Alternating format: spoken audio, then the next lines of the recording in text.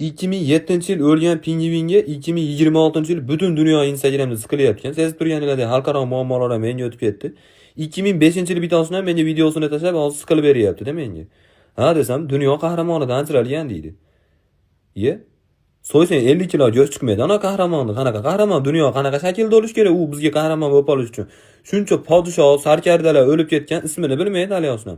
Tek ko'rsangiz Kapitan Amerikan prezident deb o'ylaydi. Zami Человек-паук deb o'ylaydi. Lekin ashingiz, ha nimaga bu nimasi edi desam, bu hamma qilgan ish qilmagan deydi. Ashun uchun o'lib ketgan dedim. Yo deydi, zerikarli hayotdan shunisi yaxshi deydi. Sen pingvin bo'lib ko'rganmisan? Imindan ashaqqa billa ketsa daryoda oldiga. Hayoti zerikarli bo'lishini, yo'q qonni to'yar edi. Meni fikrimcha, o'lish zerikarlikda yashashdan ko'ra, mana yashasangiz har xil narsa qilib ko'rishingiz mumkin. O'lsangiz o'lasiz bo'ldi, boshqa hech narsa yo'q bu.